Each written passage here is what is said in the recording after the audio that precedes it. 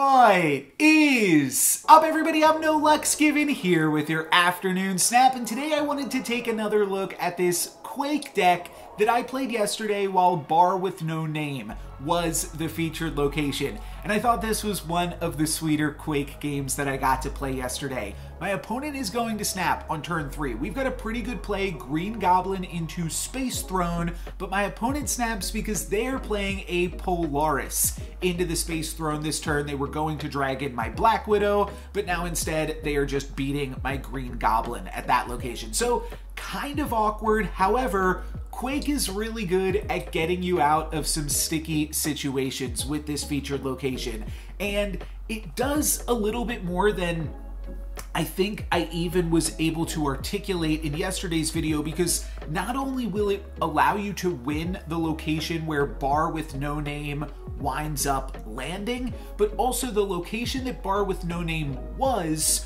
your opponent is like actively trying to lose that location before you Quake and mix everything around. So you often wind up winning in the original Bar with No Name location and in the new Bar with No Name location. And we can easily do that here as well with Space Throne. If Space Throne happens to land in the center, we're just going to Carnage and Quake in the center. So basically wherever the Space Throne lands, we should be able to win. And then wherever Bar with No Name lands, we should be able to win here as well.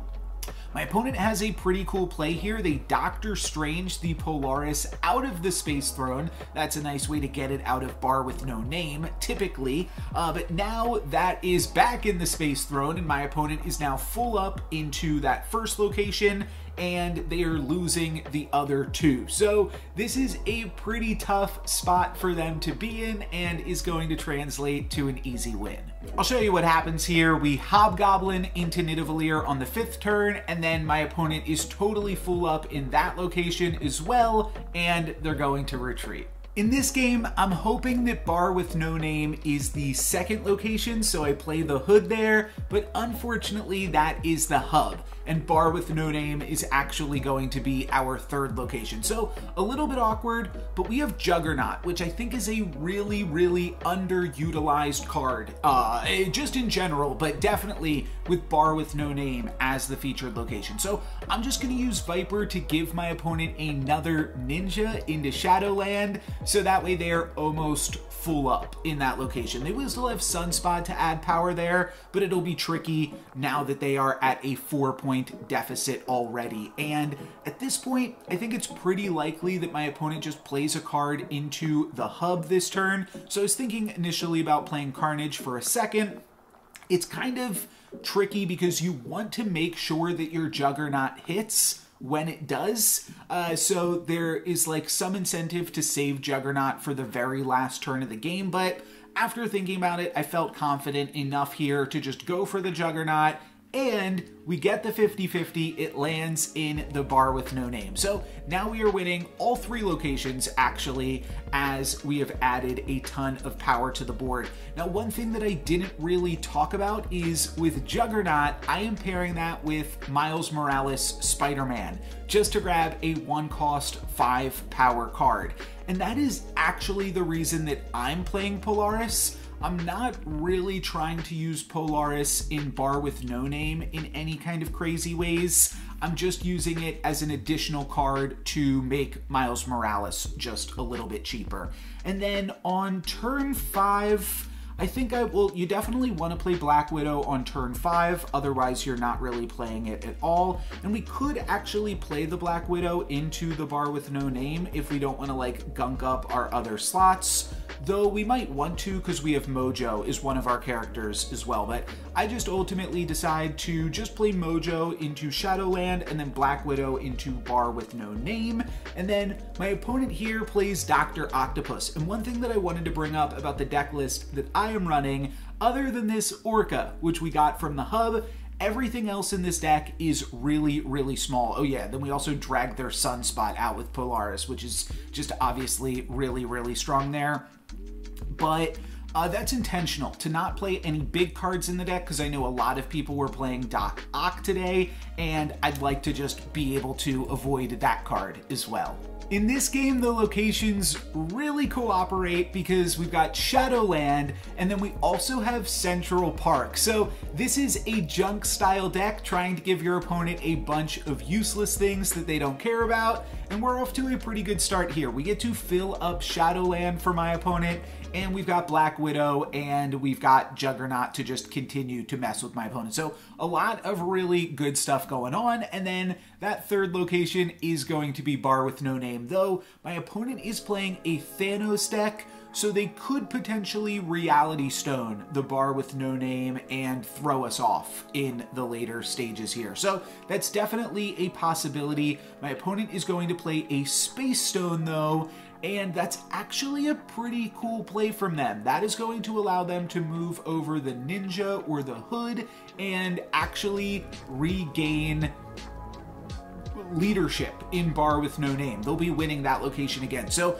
definitely a really cool, I haven't really seen Space Stone get used in many great ways since the recent rebalance / nerf, but I thought this was a really cool way to do it. So realizing that my opponent is going to be moving that over, I'm going to Quake, and I am going to switch where Bar with No Name is and see if we can pull this game back in our favor. So Bar with No Name is now on the left, though we are still losing that location, and then we are going to see my opponent play a Time Stone. Now, I think the way that that worked, I wasn't paying full, yeah, I think that we gave them a Widow's Bite, so they don't actually get to draw off Time Stone there. I believe that's how it works. I don't actually have Thanos, but feel free to let me know if that is indeed how that works.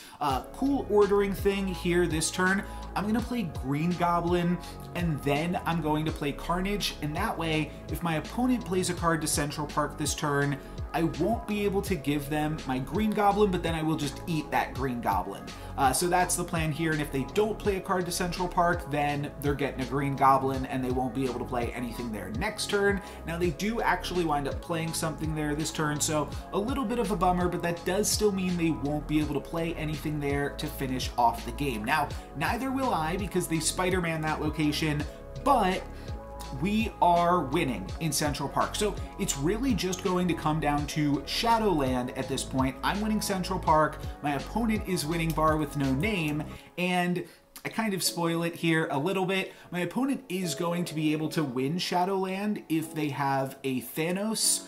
We could play Mojo there for 8, and we're currently up by 2, but Thanos is 11. So Thanos would get a win in Shadowland. It's not actually what they're going to go for, but the cool thing here is that because of Widow's Bite and the squirrels and the ninja, all of that junk in Bar with No Name, it's actually full, and I get to make a pretty cheeky play here, just throwing a Hobgoblin into a full location. Definitely something that can come up with this deck. It also plays Debris and other stuff like that, so it's definitely possible to make use of this strategy, but I just thought this was cool, and I wanted to give a shout out to one of my opponents that I played against yesterday who played 0 Hobgoblin, so that way Hobgoblin would not pass sides, and I just thought that that was a really cool way to win Bar with No Name. Now, my opponent is actually going to wind up playing something slightly different here. It does make sense, though. They play Shang-Chi, thinking that we were going to play something big, and then Shang-Chi would be able to destroy it and win my opponent the game. But luckily for us, Hobgoblin is able to flip it back in our favor. And we'll finish off the video with this one. My opponent is going to drop a Soul Stone into Cloning Vats, and our second location is Sinister London, and both of these locations are really good for a junk style deck because it just gives us redundancy and allows us to fill all of the locations super quick, which hopefully my opponent is not prepared for. Now, they do Reality Stone the Sinister London, turns it into Shadowland, which is still a pretty good location for the deck. 3 Shadowland games in this video. Did not actually realize that, and then they drop another Soul Stone there. But the cool thing about this is now my opponent cannot Reality Stone Bar with No Name. And we've got a lot of different cool ways to play into Bar with No Name with this deck, so we should be able to still pull out ahead, especially with that additional shadow. There's a few different things that I'm thinking of here. I'm thinking about Green Goblining them to fill up Shadowland, or I could just use Debris to fill that location, but I think it's pretty unlikely that they play a card into Shadowland this turn, so I'm just going to go for it and gunk them up here with the Green Goblin. Now, what's funny is I'm actually tied with my opponent in the center location, so you know, it's not going to take too much to win there. I'm just going to need to play one more card, and then I just have to find a way to win Bar with No Name, and that is actually pretty trivial.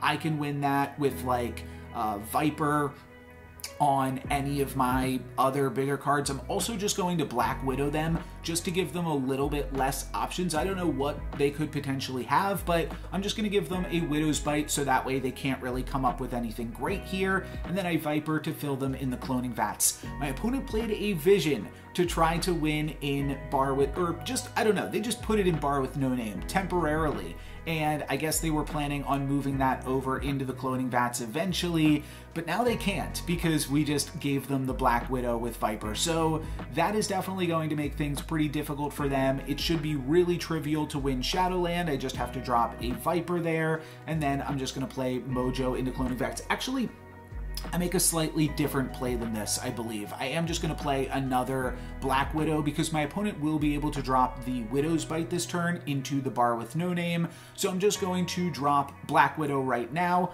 give them another Widow's Bite. I don't know what they could potentially have, maybe Magneto or something weird, I don't know. Let's just give them as few options as possible, and with that, they are going to retreat. So that's going to be it for me today. Thank you guys very much for watching. I'm No Lux Given. Peace.